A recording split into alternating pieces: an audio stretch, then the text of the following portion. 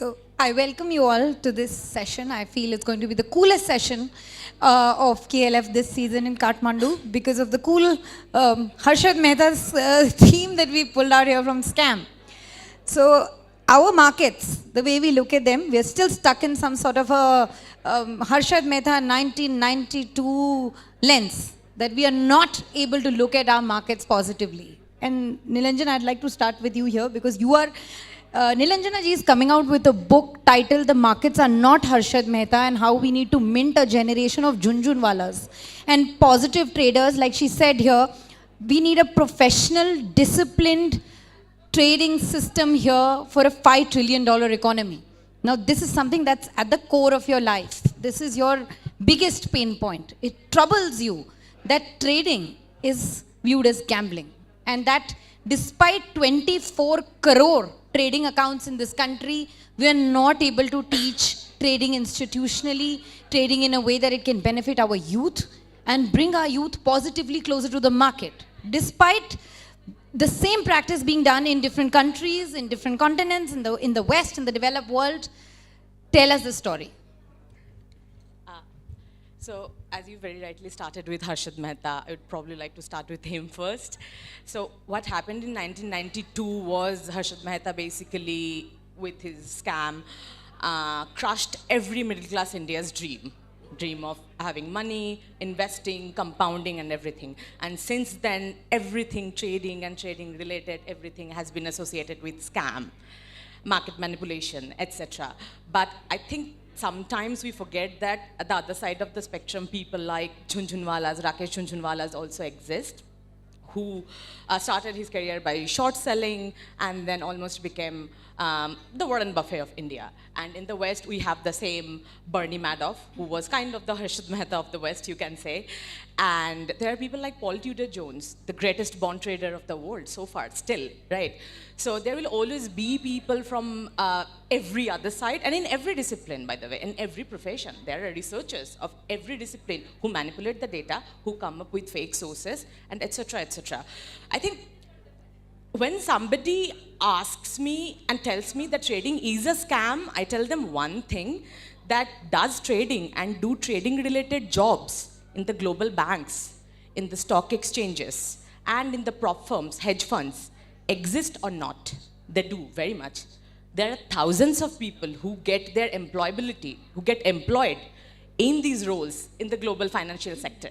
So if those roles exist, then how come preparing people, specifically the South Asian youth, to take on those job roles in the global arena, be scamming, right? That's the first way to go about it. And I think there is something else also from our side, and when I say from our side, as in the people who are developing program, who are involved into the cross-border academic strategy of two countries, finance academic strategy, us and the students also, university space, specifically the formal finance education space of South Asia, we have this responsibility to include this financial market education as a qualification. And when we include that financial market education as a qualification, it has to be accredited, it has to be regulated, it has to be practitioner-led, and it has to come with that proper system, data, and platform. Now, the data has to be exchange-backed data, which is data in real time. And platform has to be tier 1 front-end platform, which is recognized by the industry, and real-time system. When we have all of these components, all of these kits within a formal finance degree, that becomes applied. The whole degree doesn't have to be applied, but elements of it takes it to another level in terms of developing that professionally competent capabilities for the students who can, so the gap between them graduating in finance and taking on those job roles gets minimized. I think that's where also, this is like one of the ways to curb the scamming narrative of trading and any kind of financial market literacy, basically. Thank you for that answer. You've given me not an answer, but you've created a little system of solutions of what India needs to do. Biswajit ji, you're based in Dubai, and you know, they say financial knowledge is knowing how to drive a car, but financial capability is knowing how to drive it through a storm. So you must have seen, you know, generations pre-AI and generations today, and you must have hired a lot of people who are graduating from financial institutions in India, be it the IIMs, the IITs. We were having a discussion backstage on engineering, the way engineers perceive finance, and the way very conventional finance degrees are taught in India. What do you think is a lag today, and is it something which is worrisome? So maybe I can take this back a little bit from when Nilanjana started to understanding of finance in and of itself, not just trading, which is obviously one important aspect of it. But I would posit that having a good understanding of finance is fundamental to everybody's life. Even if you're not managing money, do you not want to understand how somebody else is managing your money for you? I'm sure you do, right? So an understanding of financial concepts, of things like, your investment objectives, your risk appetite, your ability to withstand volatility, your life objectives, your investing horizon, the asset classes that you're comfortable in, if there are value questions that you have to deal with. All of these things are fundamental to how you would want to approach finance, right? I think the way the finance curriculum, and I studied as a CA many years ago, and since then I've obviously hired a lot of CAs and MBAs and CFAs and a whole bunch of people. But I think one abiding problem that I see in people who have studied finance even is that it has been vastly theoretical and far too focused on the mechanics of finance. How to calculate DCF, what to do with the valuation, what is the price to equity ratio, how do I look at the balance sheet, things like this, right? So there is one problem is that, right? There isn't any emphasis on the application part of this, right? That's got resolved to some extent in if you look at the CFA level 3, etc. There are now case studies, etc. that have started to come in, which have addressed some of these things, right? And if you look at the curriculum of some of the, let's say, most prestigious finance qualifications in the world, I'm talking about, MIT Sloan or London Business School or somebody like that. They are now increasingly becoming case study oriented, right? So at least giving people a sense of real life situations, at least giving a sense of dealing with imperfect information in imperfect situations, right? I mean, it's all very well to say, that there is efficient market hypothesis and the market knows everything, or that there is some sort of an efficient frontier. If you buy at that point, you're going to make money all the time. This is all theoretical. It sounds very nice, but the reality is in practice it doesn't work because there are a lot of variables that are outside of these things, right? You're obviously too young to remember that, but there is this company called Long-Term Capital Management, right, which had in its board Merton and Scholes, who are the people who basically, they have the names in the Black and Scholes derivative pricing model, Nobel Prize winners, right? Their vice chairman, the manager of the team was John Meriwether, who was vice chairman at Solomon Brothers, right? They had on their team people who were in the Federal Reserve of the United States. Creme de la creme of the team, right? And they blew up.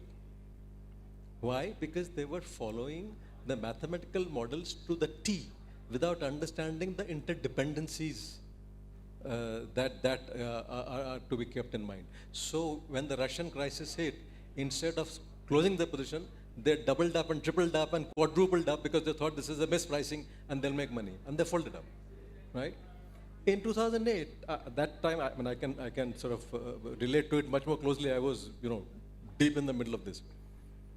And very, very, very smart people who had gone to Princeton and Harvard and MIT and so on, who could, give you numbers to the third decimal in their mind, in their heads, right? Screwed up. Why? Because they forgot to look at the underlying assets. I could see this, and I just happened to be responsible for, the bank's proprietary investment portfolio at that time. And my mandate was to invest up to $2 billion in structured credit. And I said, okay, I'll look at this. And then I looked at it and I said, this is a time bomb. It's going to blow up. I mean, unfortunately, I didn't know how to short it. Otherwise, I would not be sitting here. I'd be sitting in the Bahamas or somewhere. So I couldn't short it, but I didn't invest. And that saved the bank. That bank would have gone belly up if they had invested in structured credit at that point in time. Because 1 year later, you had Lehman and you had a whole subprime collapse that we all went through. So the point I'm trying to make is there is the theoretical backdrop which we are taught in our curricula, but we are not taught judgment. We are not taught stomach, how to deal with a situation when it is going out of hand. What is the risk appetite? How to apply that? Right? We are not taught these things. So this is already a problem, right? In the current education system, that problem is going to become even more relevant with AI, because now there's hordes of people who have the only skill of mechanically applying mathematical concepts to finance can be replaced by AI.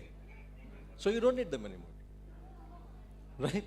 So that entire swath of finance professionals, so to speak, who've been making a living out of calculating DCF and some of the parts and valuation models and what have you, they can be replaced by AI, right?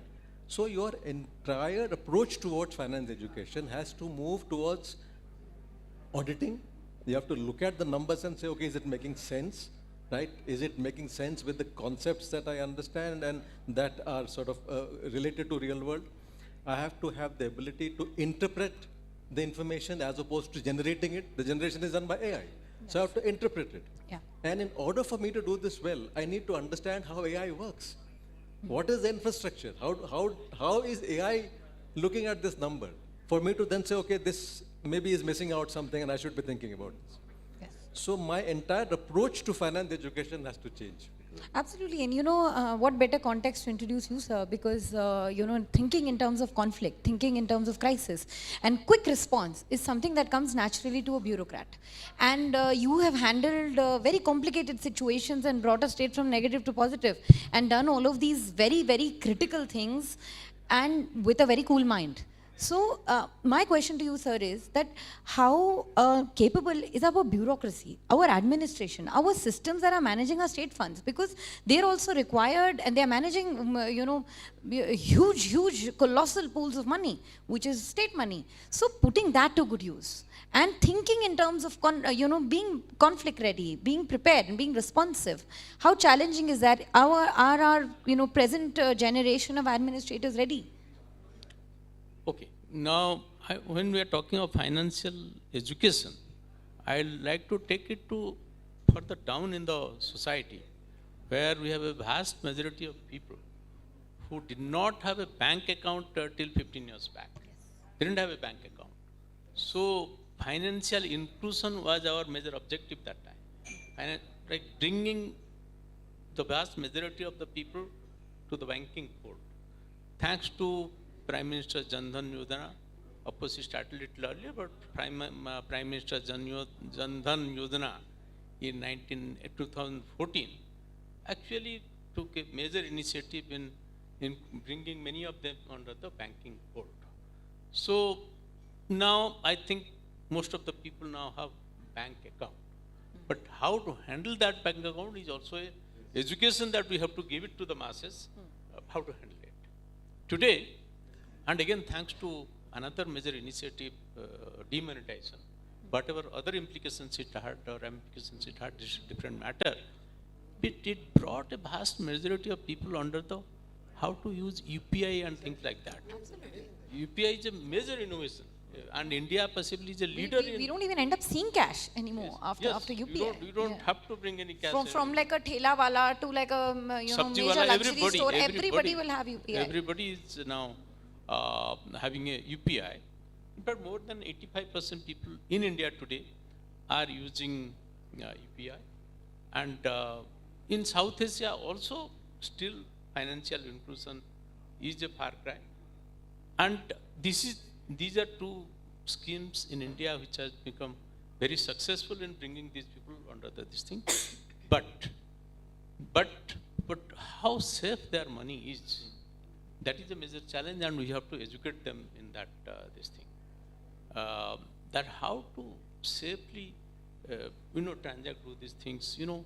People doing online transactions, a lot of scams also happening in that, and we have to educate that level of people, that layer of the people. I'm not talking of markets, big market like, but you are talking now is a people who invest money, big money in the investment. Of course, small people are also investing. Of course, our India's market capitalization is not so high today. As compared to developed countries, our market capitalization is still very low. But we have to, government primarily looks at not these top people. It looks at people, the masses, how it affects them. And they have to be taught about this. Financial education have to be taken there. Like simple thing, a time value of money. Many people are not still aware of the time value of money. Our children, I remember when we were in school, in class 4 or 5, we knew how to calculate interest and, all those things. But what was the implication, we were never told. We just knew 100 rupee carries interest of 5%, so what will it be after 1 year? But we never knew what it implies. Like 100 rupee now, what it is after 5 years, or what it is after this thing after 10 years, the discount factor and things like that. I think our school children still not are aware of those things. We have to put that in the school curriculum now. How to understand the time value. Otherwise, Absolutely, at so many levels, school education or college or, even working professionals, giving them constant training and capability. Like my question actually was, in a scheme like demonetization comes out at night, is our finance administration capable of implementing it quickly and understanding the challenge of quickly understanding a new scheme and being ready, that preparedness? Is that there? How Demonetization was a little too sudden, I must say. It was a little too sudden. We are not possibly prepared, but I think country handled it pretty well. Yes. In a very short period, they handled it And well. we must give a round of applause to a bureaucracy that works, day and night to make this work. It was a thing, but we were expecting certain things in this. It did not happen, or whatever it is. That is a different matter. But one great thing it has brought, circulation of money has definitely come down, but it's a different matter that money, again, a lot of money is there in the market now. Circulation of money has not come down that way. But you and me, common man, nobody is using cash now. That is one great thing has happened, that is not being, cash is being handled elsewhere. Cash, somebody else is handling it in some other manner, that's a different manner. But then, common man is not using cash now. He doesn't need to handle cash now. Anyway, so education at that level needs to be given a lot of emphasis. So just to follow on from what he said, and absolutely sort of pertinent point. So we were taught 5% interest and so on. Nobody told us then, why does one bank pay 7% and one bank pay 5%, and why does Shriram Finance, pay, as an example, pay 10% and somebody else pays 12%? Nobody taught us that, right? So what did we do? If you were aware of all of these, as in the rates, you will go to the one who pays the most. But there is the reason why he's paying more, right? Because he cannot raise money at a lower price, that's why he has to pay more. And why does he have to, why can he not raise? Because he has a credit issue compared to somebody who's safer. But something as basic as this has to be understood, right? If you had that, then you wouldn't have people losing money in cooperative banks and all these places where they offer you all sorts of funny incentives to put money there, right? And this is exactly the sort of people Sir is talking about, the common man, right? They lose money because they just don't get it, right? Somebody promises them 2% per month in some shady scheme, Ponzi type thing. Every month you will get 2% or 3%. Yeah, absolutely. The misinformation is something that needs to be tackled. And Nilanjana and I keep discussing that 50% of the population isn't even educated about finance because they just assume women don't need to understand finance. And that is something that the government tackles really well. Because in Jan Dhan as well, women were coming to the fore and saying, we want a bank account. Yes. So, that gender lens is we never address it at all. And then we are having all these digital arrests and all the scams, right? Yeah. Where people are being called. I have seen, and I'm sure all of us have seen, you know, somebody who's not very educated or whatever, asking the security guy, मेरा वो ATM card नहीं चल रहा है, ये इसका pin क्या है, वो पिन पूछेगा, वो डाल देगा. अरे, what are you doing? But people just don't understand this. So this kind of, I mean, understanding of security, of keeping your money safe at various levels of security. I mean, in terms of access, then in terms of what you're investing in, again, in a different context. I mean, we have, I don't know how many people who are in futures and options market, right? 90+% of those people lose money. 90+%. Right? And people have given up careers and jobs to focus on F&O. And these are the people who are losing money. Right? This is insane. The fact that what he mentioned that we started with financial inclusion, right? And system exactly did what system is supposed to do. And they have done a tremendous job. And same when we talk about the financial education, it's the same. University has provided that access to thousands of people which were not available before. So people go to the university, they even are being so progressive as to choose their degrees as an investment. Like what would be the ROI? On that particular degree of that tier 1 or tier 2 universities of the tier 1 or tier 2 cities. When we have that kind of access, the next layer is probably, it's like that Complan boy paradox, right? So what we used to see back in our growing up. So the parents measured the Complan boy's height every day to see how much they have grown. But what they forget to do is that measure their weight as well, how strong they are as well, measure their BMI, etc., etc. I think we are almost at the, I mean, there is more to do, of course, and university space, formal education space, and system is exactly doing what it is supposed to do. But the next layer is financial market education. That's why I say, because financial education, the way specifically the finfluencers used it in a very unregulated, toxic signal culture way, it's diluted. It lost its real essence. That's why financial market education is more applied. And I'd probably like to touch upon what he was mentioning in terms of, we have seen students who know the models, all the strategies of options, but they don't know how to price options. They are so much vulnerable under that crushing pressure of volatility. They can't navigate that volatility. That quick decision-making power, hands on mouse, eyes on your screen, you see one news on the audio message service, and then you execute your investment, or people who are managing their investment portfolios, etc. also, option trading, etc. So when we see that on daily basis, and as part of my job, I do see them, and it crushes my heart seeing Indian students going through these kind of situations when they are already admitted to the UK universities. And then I keep thinking in UK, the university space, the finance university space is talking a lot about professionally competent capability. Right now, what this is, professional competent capability, this is basically a culmination of knowledge, skills, and behaviors. Now, knowledge is something which system gives us, university gives us. That's what university is supposed to do. Actually, I have a question on behavioral discipline that I'd like to, you know, get the three of you to weigh in on. That we never talk about behavioral discipline in institutions, and it's so surprising because how are our students job ready? And by you know, job is like you have to have balanced so many emotions, so many scenarios. So you know, our finance graduates, but we would get to that. There's something that you mentioned in your book, and it's called the Theory Practice Deficit Index. Yes. And that is a model that you'd like to see in, you know, as a government blueprint. As you know, all our institutions need this Theory Practice Deficit Index at their own, you know, respective levels. So just tell us a little bit about that, and then we get to behavioral disciplines. And you know, if both of you could give us examples from what you've seen in the workspace, in government, as you know, and as well as, you know, managing large funds, wealth management space.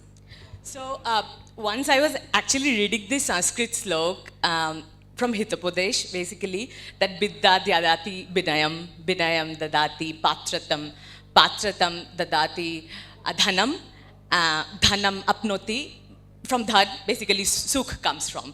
So this, what is this patratam? I'm sure, sorry that I couldn't say the Sanskrit slok correctly, but the whole journey of vidya, from knowledge to humbleness to capability, and this patratam is basically capability. And in our context, patratam is basically that professionally competent capability. And we haven't had a system which measures this capability within the university education space.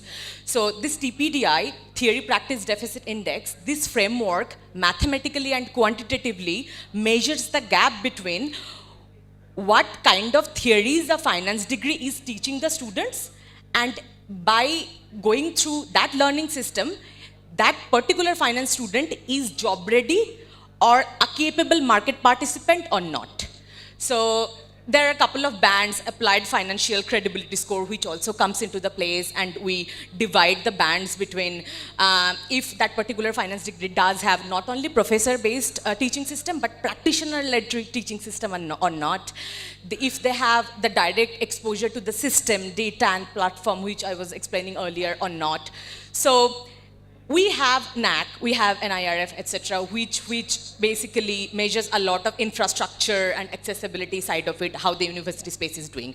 But measuring that capability, that if a finance degree can produce a market-ready individual or not, that basically, we do not have any system to measure that. And since I have been into finance, I was not many years to it, I have started seeing everything from quantitative or measuring perspective, because in finance we measure everything. That's how we have been trained.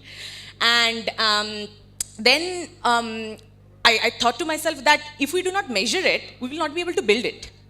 Because what is not measured is rarely built. Of course, quantification is absolutely Yes, necessary. yes. So my question around the behavioral discipline now is that every community is trading differently. We have, like, you see coastal economy operates very differently, farming economy operates very differently, the middle classes will have a very different equation with money, but our curriculum is very mainstream. It will remain exactly the way it is. There will be the same theory taught to everybody in a similar way. So how do we internalize this behavioral discipline, make it unique to communities, to regions, and give people a more realistic sense of how to operate within financial systems? So see, there are two parts to this in my view. One is that is to do with your career, and the other is to do with your life, right? Everybody is using money, right? And therefore you need to have a basic understanding of how to earn it, how to save it. That's a fantastic tagline, that everybody is losing money. Yeah, how to invest it, how to make it grow, and make it useful for the purposes that you are earning it for. Right? And this is applicable to everybody, regardless of what they're doing, right? And for that, whether you are pursuing a career in the liberal arts, or in weaving or farming or whatever it is that you're doing, you need to have a basic understanding of finance, which is what Sir was talking about, right? You have to understand money, right? And frankly, some people are very good at it. I'm not, but the vast majority is not. From an education perspective, we are not imparted that education. In fact, I am old enough to belong to a generation where, thinking about money was considered a bit not very nice. Unholy. Why should you think about money? You should think about other things. Money is, not such a nice thing to think about. That's also something to do with, the whole Harshad Mehta paradox that we're talking about. That money is viewed negatively. Like, oh, you're talking about money, it's a negative thing. You're working for money, it's a negative thing. I think that also comes from the whole Fabian socialistic era that we've come from, that, we are not values and money is just a byproduct, and you're never taught to work for money. Yeah. It's a very Indian middle class thing to Correct. not make money aspirational. Correct. And extending that further, so we had the best and the brightest go into engineering and science and medicine and so on and so forth, right? Maybe chartered accountancy, a few or so, whatever, right? In practice, ever since I got into this space, and I can give you a couple of examples later on, but in my own experience, I found that some of the best finance people are science graduates. People who have an engineering background, they understand numbers, they understand how it works together. Is that why IIT and IIM is a very popular path? No, I can tell You've you. just decoded a very big myth for all of us. throughout my career, and even now, I mean, my best sort of structuring people who come up with solutions, right, on various things, are actually not finance graduates. They are engineers, right? And if you look at outside, if you look at the world, one of the most successful investing careers ever, is the Medallion Fund by Renaissance Technologies, ever, right? Jim Simons started it. His track record is 39% CAGR for 20 plus years, right? If we had put money with him, $10,000 say what, 30 years ago, and reinvested, which did not happen, but if we were theoretically reinvesting that money, that $10,000 would be worth $240 million today. Okay? That is the kind of insane track record. And who manages that money? Not one financier. There are scientists, there are astrophysicists, there are mathematicians, there are engineers. And their job is to identify microscopic imbalances and anomalies in the market and leverage that up as much as the market will allow them to do. And these positions are held for sometimes for seconds, sometimes for minutes. But that's how they make money, right? That's the other end of the spectrum, right? But my point is, you have to have an understanding of finance, and you have to have training that is appropriate to what you are going to do with your life. Knowing very well that whatever you do with your life, you will need money and you will need to manage money, right? So let's work with that. Of course, and that brings me to the subject of how important an interdisciplinary approach is. Because if you're saying an engineer is very good with finance, and Nilanjana here is an English graduate who then did policy and then landed up in finance, and she's doing pretty well in finance. So what's stopping us from making interdisciplinary systems? And so how do you view this? Because you've been at the helm of administration in a state, and you're one of the most dynamic administrators of not just Odisha but India. Yes, I missed your question in the first round. You had talked about the state finances, public finances. I think I got diverted to this financial inclusion, other things. In the public finance, we have a statute in our country which was introduced in 2005, when the state governments manage their finance. Their management was very, it went haywire. Every state was having deficit and other things. So 2005, the new act came up, Government of India Act.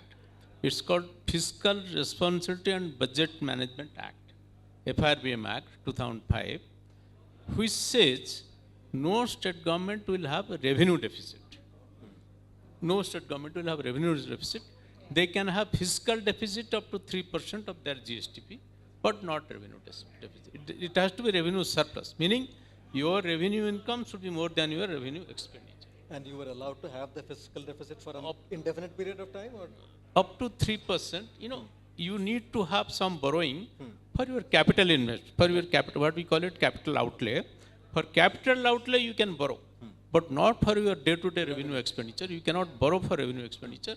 Your revenue income must be more than your revenue. That is the basics of this act. And by the way, sorry interrupting you, but this is exactly the philosophy that individuals should follow also. Yes, exactly. So they had done, and so in 2005 we started. Initially, most of the states are following it, but today, my surprise, I found that about 18 to 20 states are in revenue deficit. They are having revenue deficit. Why? They will give this subsidy, that subsidy. And waivers as well. All kinds Massive farm waivers. All those things, everything is going on. Electricity subsidy. I will pay 2,000 rupees on my electricity, my phone bill. Any phone bill is now 800, 900 rupees or something like that. But I will not pay 800 rupees for my electricity consumption. You will see everywhere, most states are giving electricity subsidy. Yes. Most states are now giving electricity. I worked in that sector for 5 years. After my retirement, I was chairman of the State Electricity Commission for 5 years.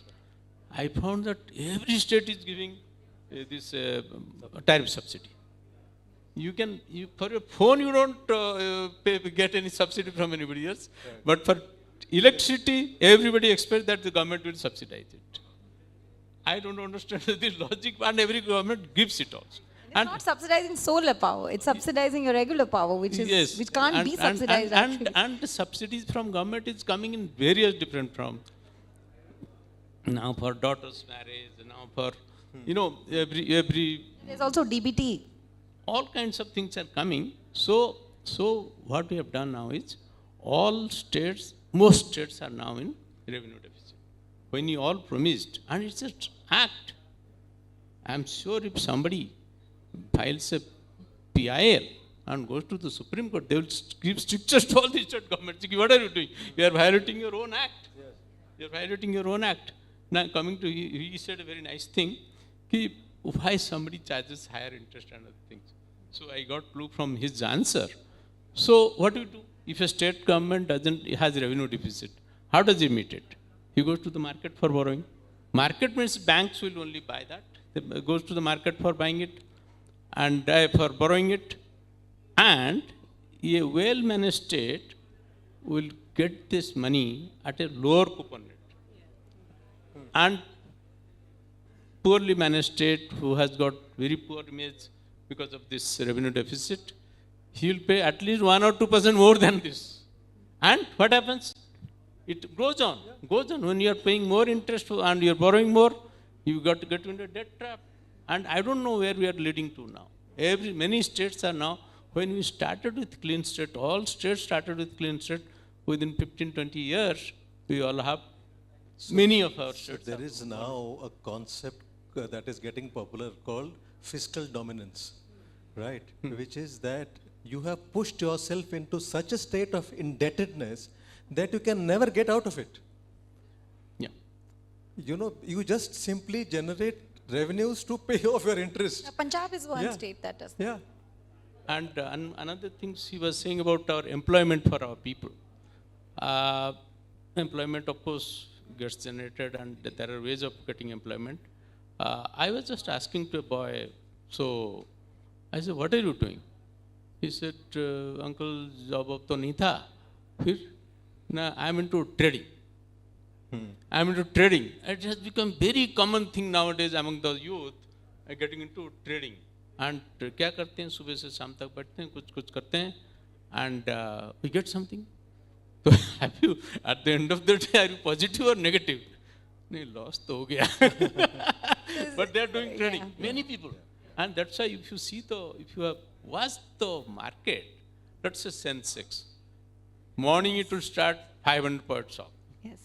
So that's Again actually during the day it will go 1,000 points down. Yes. Again by evening it will come up 700 points up. And some people try to tap those, low points and high points. Intraday trading. Intraday trading has become very common now. Many people are into intraday trading. It's a bit frightening, that was actually the premise of this session also, that like 24 crore trading accounts, why isn't anybody talking about it? And all we have is influencers and videos which people, young boys and girls from Haryana, from Punjab, from a lot of tier 2, tier 3 cities now wanting to make quick money.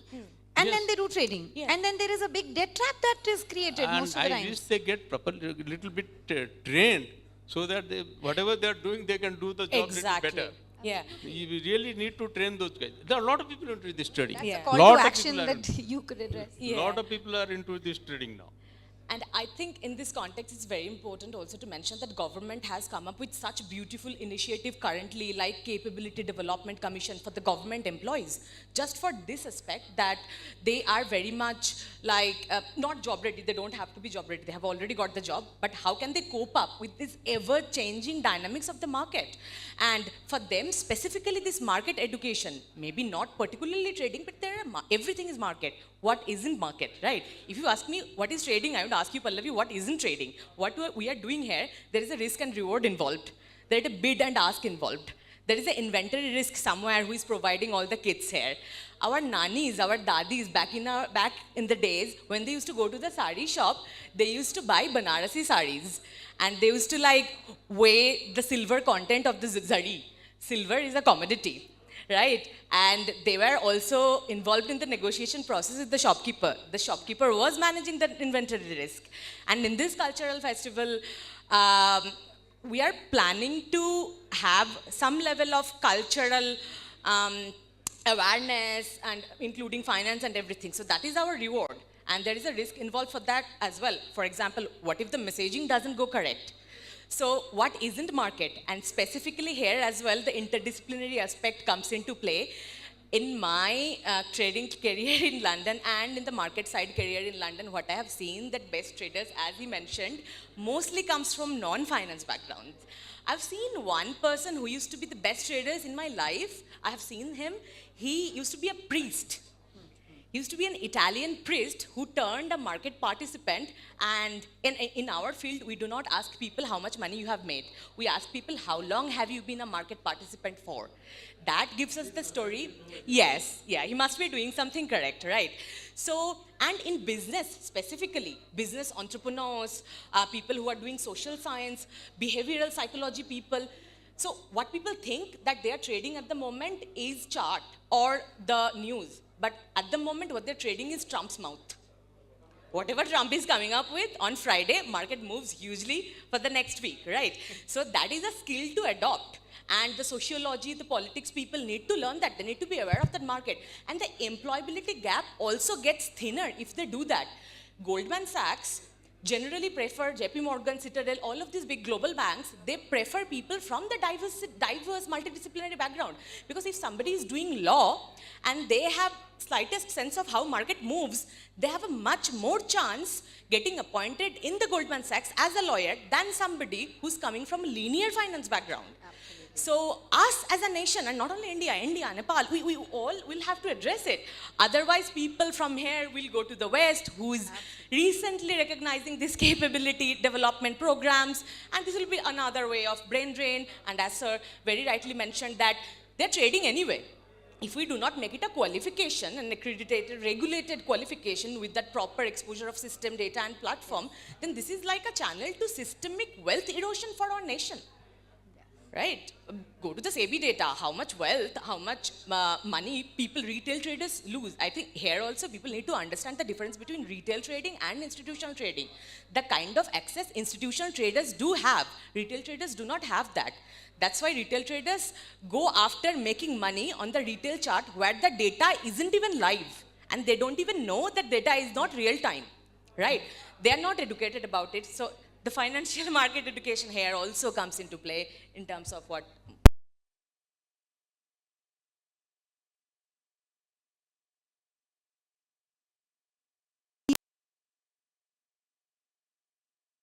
Remain a little away from the market because Harshad Mehta. So that's the problem that we've identified, and thank you so much. What a wonderful session. And thanks to the three of you, because the brilliant experience that you've brought here has given us so much food for thought. Thank you all for attending.